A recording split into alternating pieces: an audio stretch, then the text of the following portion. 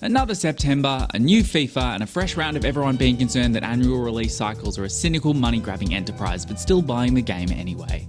In a few short days, FIFA 18 is going to burst onto the scene once more, packing stores across the world and hitting the top 10 sellers as so many of its predecessors have done. So, is it worth the hype? Is it enough of an improvement on FIFA 17 to warrant spending $60 more? More importantly, is it fun?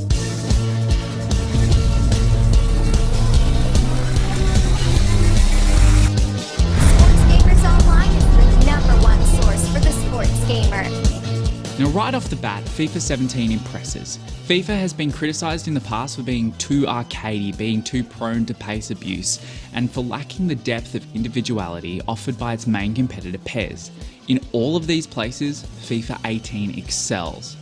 Player personality gives the top tier players a lot of their idiosyncratic movements. Cristiano Ronaldo's running style is one of the first things you'll notice, and they've clearly motion captured him to get the best effect.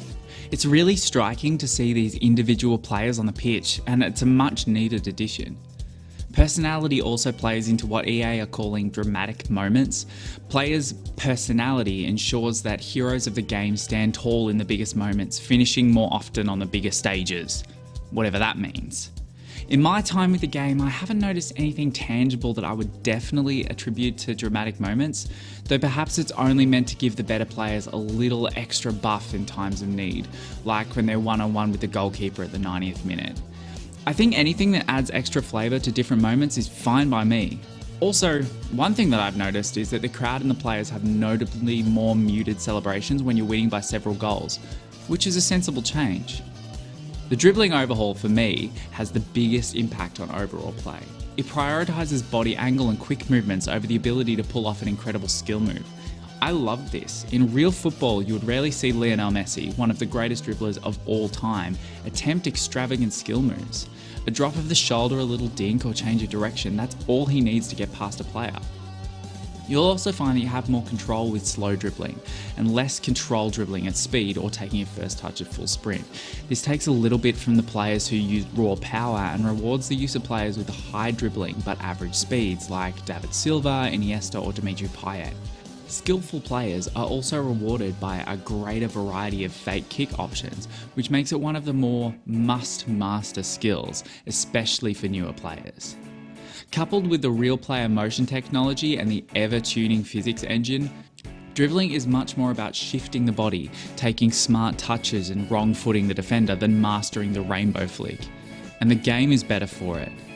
They've also tuned down the benefits of having a team of super top speed players by making it take a more noticeable amount of time for them to hit their full running speeds.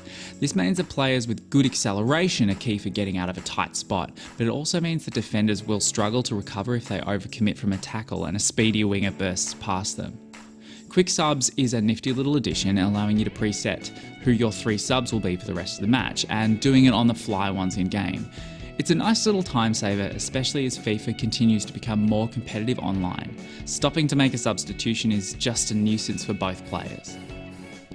The final flagship gameplay improvement is the new crossing system. In FIFA 17, there was almost no point in crossing. Defenders tracked down every run and there were only a few trajectories, meaning the players would miss open targets just because the game would only send the ball one way. Now, with this new system in FIFA 18, crossing is good. Maybe too good. A little dink from the corner of the box to the far post, a low driven cross toward the penalty spot, the fullback blindly pumping one in from the touchline. I've scored in many different ways. Header or volley, if the attacker is unmarked, they're far more likely to put it in the corner, which is something I really like. You have to put pressure on the shooter as you're a defender. Otherwise, they've got enough time to pick a spot. It rewards good play and it doesn't leave you feeling frustrated that your striker blasted it wide from 6 yards with no one around him.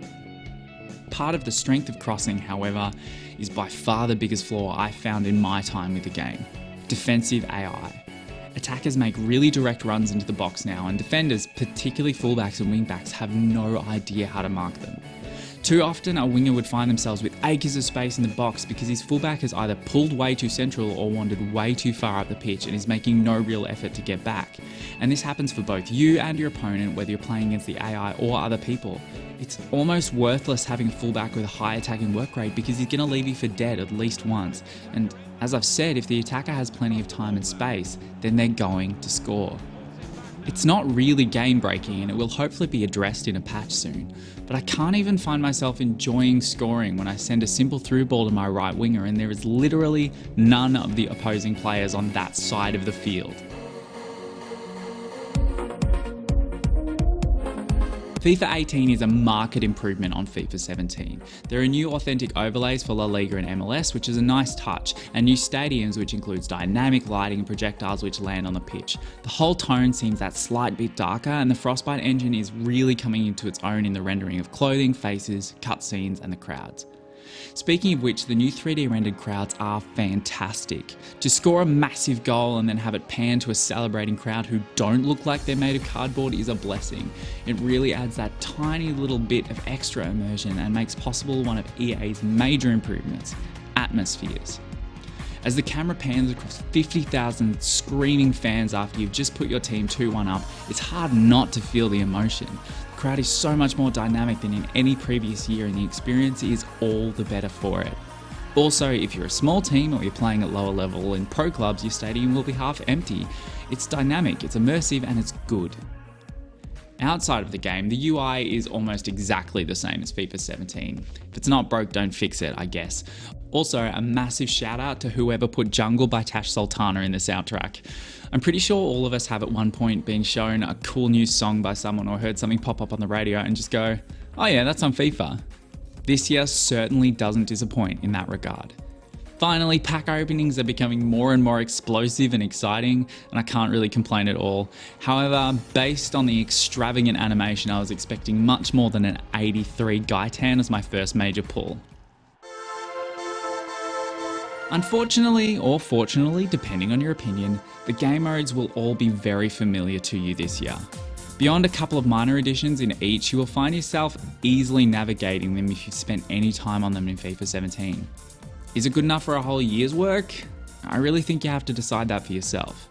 We'll start by looking at Ultimate Team. This is by far the most popular mode and a real money spinner for EA. It's not uncommon for even moderate players to spend as much money on FIFA points as they did on the base game. I personally feel it's massively exploitative and borrows from the very worst of the insidious microtransaction culture in AAA gaming, but it's part of the game and it's not likely to change anytime soon. Thankfully, there are a few more options for players to get packs without dishing up their hard-earned cash. Squad Battles is the largest addition to Ultimate Team and is one I like a lot. You play against AI-controlled, randomly selected teams, other players' actual Ultimate Teams alongside their chemistry effects, for points on the leaderboard. The higher you rank at the end of the week, the better your reward in coins and packs. The catch is that you can only play 4 opponents over a several-hour period, meaning you have to make the most out of each game, because you get more points for playing on higher difficulties as well as for skills and for goals. It's nice to see a mode that rewards players for being good offline as well as for grinding. In FIFA 17, you got an untradeable premium gold pack for winning the offline Div 1, which meant winning 10 games straight on Legendary and Ultimate. There's also a new way to watch the top players face off in the Weekend League in the Champions channel, if that's your thing. I'd honestly rather just play myself, but there's no harm in this little addition. The daily objective tabs gives you a nice little target each day and encourages you to try a few different things in order to earn a nice little cash reward. It's nice early on, but I don't see any hardcore players worrying too much about them. The new icons are possibly the most widely advertised and hyped elements of this year's game, which is funny because very few people will actually get to use them. Still, it's nice to see names like Ronaldo, the Brazilian one, Henry, Maradona, and my personal favourite Ronaldinho in the game now. These are players that captured the imagination for a lot of us when we were younger, but we never got to play as them in the fantastic graphical fidelity we have now. Some of these icons even have 3 different cards representing 3 different moments of their illustrious careers. Amazing. And I will never own one. The last thing I'd like to mention is that Ultimate Team probably is the most beginner friendly it's been in years. The opening is clearer while still being quick, and you now get the option to choose a nation around which to base your first squad, meaning that you can get some reasonable chemistry straight away rather than that awful feeling of having no coins, no points, and some random 86 rated Azerbaijani leaving the line on 3 chem. Pro Clubs is one of my personal favourite modes, particularly to play with friends. It really feels like a forgotten mode, and it would be great to see it get a little bit more love. Thankfully, EA put a little bit of time into it this year. You now have the ability to store 3 different play styles that you can quickly and easily swap between games. You can save your height, weight, position and skills, and the experience you accrue by playing games improves all of them equally. It's a nice quality of life thing. Beyond the play styles, the unlockable skills for your player are now set into RPG-style skill trees. It means that you have to go through, say, a number of dribbling points to unlock 5-star skill moves.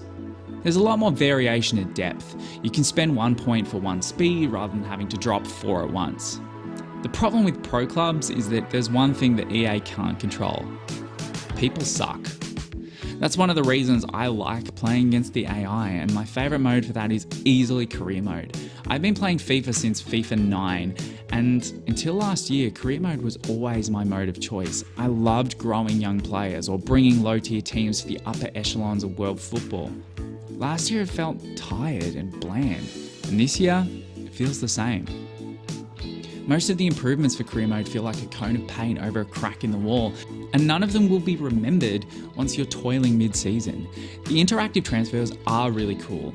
I have my sincere doubts that Jose Mourinho would waste his time coming all the way to my office just to discuss a transfer with me, but I guess they wanted to put that rendered manager face in. Given the focus on your manager throughout, I would have loved to have the option to choose to be an existing active manager of my club, but maybe next year. As the negotiations are underway, you have to be careful not to insult the player or he'll storm away, and you now have the option to insert release clauses, offer signing bonuses, add sell-on clauses and more. Transfers are now much more in depth, and you do leave the room feeling like you've actually achieved something by signing the player.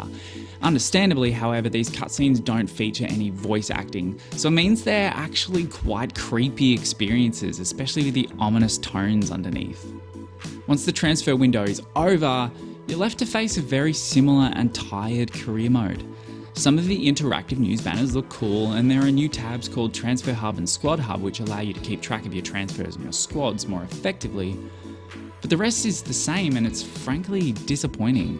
I would have loved to have seen more customization for youth players, or maybe even letting you create their faces. It would be nice if youth players had more realistic physical stats rather than giving every single winger 70 or 75 pace, when pace is often a much more native trait that you can't train, at least not within the game.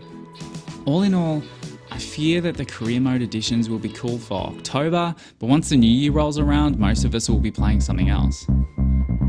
Finally, we come to the youngest of the game modes in the FIFA series, the Journey. Last year it was a breath of fresh air as we took Alex Hunter from unsigned, unknown player to Premier League star. It was great trying something new, alongside an impactful and compelling storyline that really made you feel like you wanted to succeed, however railroaded it may have felt. This year Hunter is a star with the spotlight on him and transfer rumours beginning to swirl. There are big name appearances like Rio Ferdinand, Dele Alli and Cristiano Ronaldo. Although I couldn't help listening to Ronaldo's chalky, stilted and blink and you'll miss it performance, and I wondered if the money they paid him could have been better allocated somewhere else. Once you pass the gloss though, you'll notice that the journey is much the same as last year. There's some cool customization, new clothes, options for your kid, as well as tattoo and hairstyle options. But this is little more than cosmetic.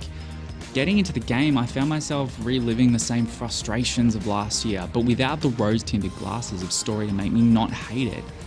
It doesn't feel worth controlling the whole team because you'll find yourself trying to find Hunter wherever you can rather than just playing the game, and it doesn't feel like you've earned his goals then. But when you choose just to control Hunter, you'll find yourself cursing the god-awful AI for being unable to string together a couple of passes, and then you'll drop deeper to get a touch or two and lose your rating for being out of position. It's maddening. I haven't had the time to finish the journey yet, so it might prove me wrong, but I think it's quite telling that I simply have no desire to keep playing. They have put a lot of time into this mode, and the performance by the actual actors and the writing is all great, but I just can't bring myself to be excited about it. I've complained about a lot of small details, but to be completely fair, FIFA 18 is objectively a very good game. It was always going to be. Ultimate Team will continue to be a ton of fun, and while the improvements overall are not game changing, they haven't taken anything out, so it's hard to see anything but progression here. That being said, until the defensive AI gets fixed, I think we'll see a lot more rage than usual, and while the visuals are stunning, it's hard to find improvement that amounts to much more than cosmetics. Still, I'm going to pour hours upon hours into FIFA 18 and I'll have a blast the whole way. And that's really all I could ask for.